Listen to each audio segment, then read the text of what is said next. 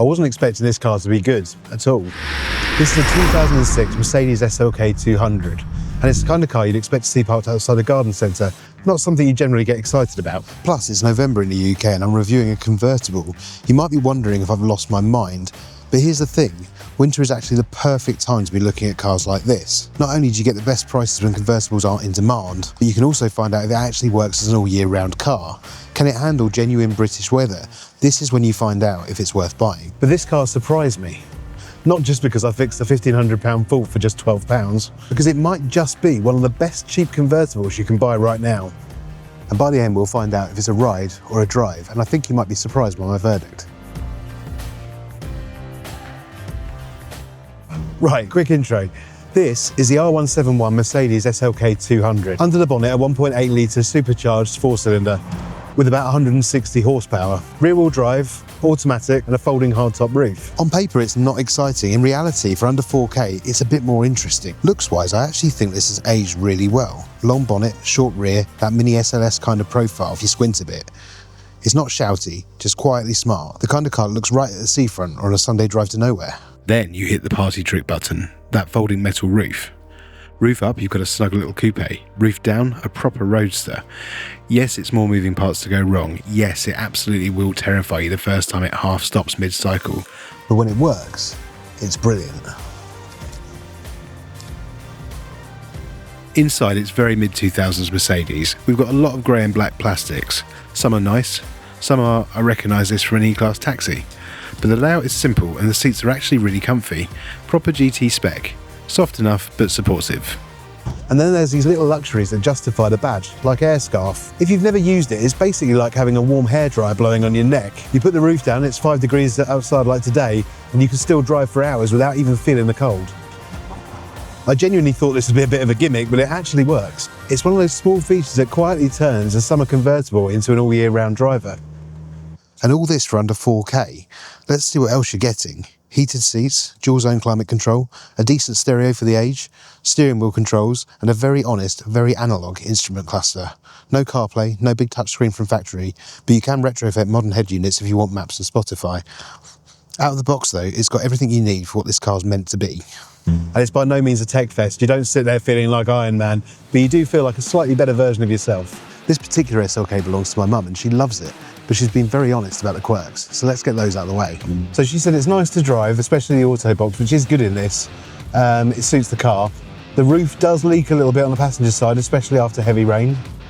Now, if you open the boot when the car's wet, all the water drains into the boot itself, which was a bold move from Mercedes. And about a year ago, it did do the whole Mercedes possessed routine. So we had no horn, no wipers, the airbag warning light was on and the battery was draining overnight. Now at the time, 2 garages diagnosed the issue as the same thing. They said that it was actually relating to an airbag module on a passenger's side that needed replacing, and they quoted both of them over £1,500. I was not paying £1,500, so I did what any sensible person does. I went on the forums.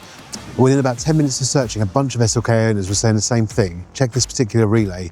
And a £12 relay later and everything worked. Horns, wipers, no warning lights, and the battery was better. So that's lesson number 1 with these cars. Buy the car and then buy into the community. The car might cost you thousands, but the right forum post could save you thousands. So let's talk about how it actually drives, because that is where the SLK really surprised me. With only 160 horsepower, it's not going to be embarrassing any hot hatches. 0 to 60 is respectable, but it's definitely not going to win any traffic light drag races. But the way the car delivers the power is actually really quite nice. I'd say it's progressive rather than fast. When you put your foot down, it pulls smoothly and confidently. Not like it's about to throw you into a hedge, but more like, calm down, we've got this. The steering surprised me as well. It's on the heavier side for a small roadster, especially when compared to something like an MX-5. But it actually suits the character of the car. It's not darty or nervous. You point it at a B-road, it feels solid and planted like a scaled-down GT car, rather than a twitchy weekend toy. You can really lean on it through a corner and it doesn't feel silly. The limits aren't particularly high, but they're very approachable. You always feel like you know what the chassis is doing, and it actually makes it a very easy car to drive quickly. The brakes, on the other hand, are interesting. They work, obviously, but the pedal does feel a bit spongy at first. It's very Mercedes. It's more tuned for smoothness rather than aggression. Once you get used to it, you kind of learn how much pressure you need, but it hasn't got that aggressive, sharp feeling that you'd get from something more sporty like a Z4 or an MX-5. What really stands out though is refinement. Roof up, it feels properly solid, not a rattlebox, not tinny, just a small, sturdy coupe. Roof down with the windows up and the Airscarf on, you can comfortably cruise for ages without getting battered by wind noise or feeling like your ears are being sandblasted. So no, it's not fast in a headline-grabbing way, but it's smooth, comfortable, and surprisingly enjoyable to hustle. It's more flow down a road than attack a road. Before we get to the verdict, let me show you how the SLK stacks up against the obvious alternatives at this price. Price-wise, an SLK 200 like this sits somewhere around the £3,000 to £5,000 mark, depending on mileage and condition. And that puts it among some very strong, cheap convertible rivals. For 4K, here's what you're choosing between. First up, the obvious one, the Mazda MX-5. If you want pure driving fun, honestly, the MX-5 wins.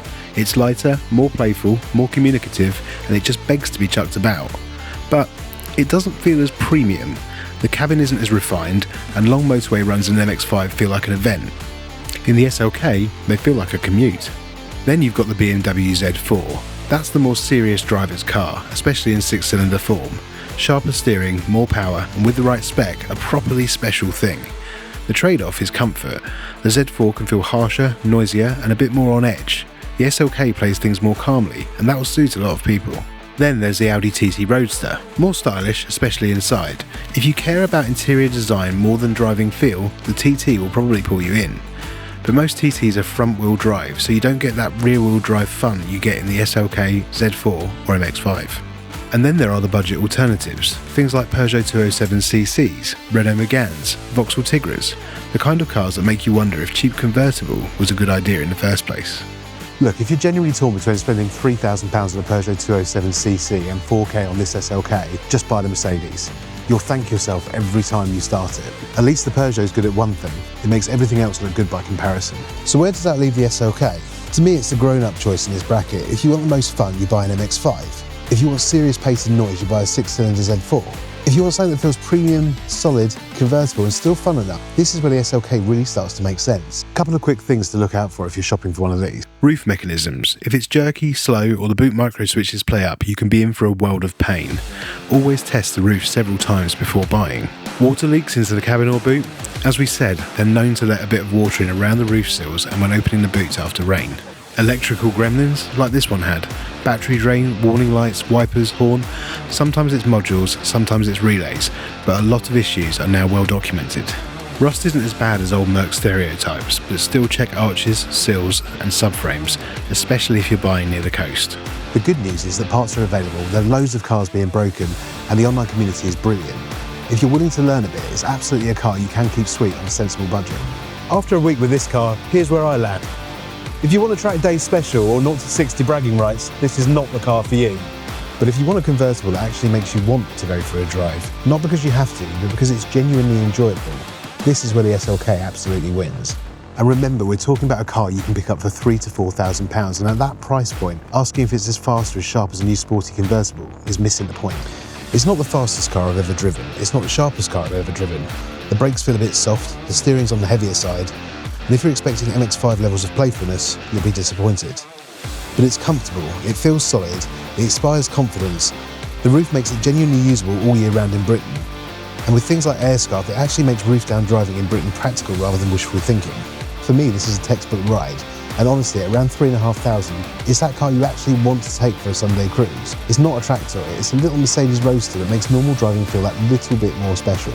So in the comments, tell me, would you pick this SLK, or would you go for the raw fun of an MX-5? And if you've owned one of these cars, what surprised you the most? I'll read every comment and I'll reply to as many as I can. I'm currently dailying and upgrading my BMW E91 Touring, and I'm bringing more owner reviews like this one. If you want honest takes on cheap cars worth buying, and the ones to avoid, hit subscribe. Next week, the alloy wheel refurb is dropping, so stick around for that. Thanks for watching, and I'll see you in the next one.